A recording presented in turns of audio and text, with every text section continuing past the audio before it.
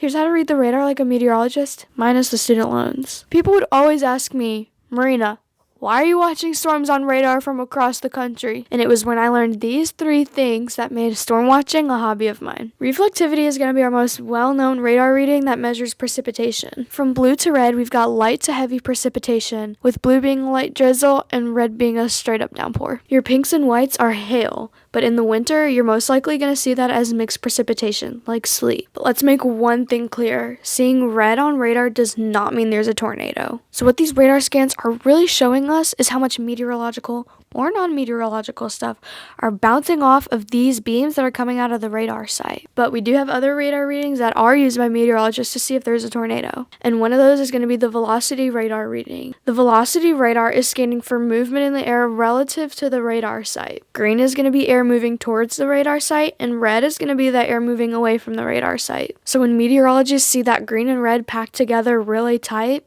that means there could be a tornado on the ground. Pictured here is the actual velocity radar reading from the infamous Joplin, Missouri EF5. And this super tight area of rotation is what we call a rotation couplet or a tornado vortex signature. Now, if we combine our knowledge that the velocity radar reading is motion relative to the radar site and the fact that most tornadoes spin in a counterclockwise direction, we can come to the conclusion that our radar site is going to be somewhere east of the tornado. Now, our last radar reading that's going to be super helpful when tracking down tornadoes is the correlation coefficient. This radar reading is going to measure how consistent the objects in the sky are in size. So if we have a high correlation coefficient, our pinks, reds, and oranges, that's going to be our uniform objects, like rain. As we go further down into the rainbow, our objects are going to become less uniform and even non-meteorological. Now, this is super helpful when we're tracking tornadoes on radar, because if you see something like this, that's a major indication that a tornado is on the ground. Now, if we know that blues and purples are representing non-meteorological objects in the sky,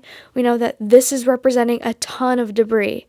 And it's what we call a tornado debris signature or a debris ball. Now, this is the actual correlation coefficient reading from the Rolling Fork, Mississippi EF4 that happened back in 2023. This is a huge debris ball, and when we see something like this, we know that that's got to be a violent tornado that's on the ground. So if you're looking at tornadoes on radar and you see this and something like this in the same exact place, you're looking at a tornado. So next time grandma's freaking out over the storm that's passing over you, you can use these tools to help calm her down.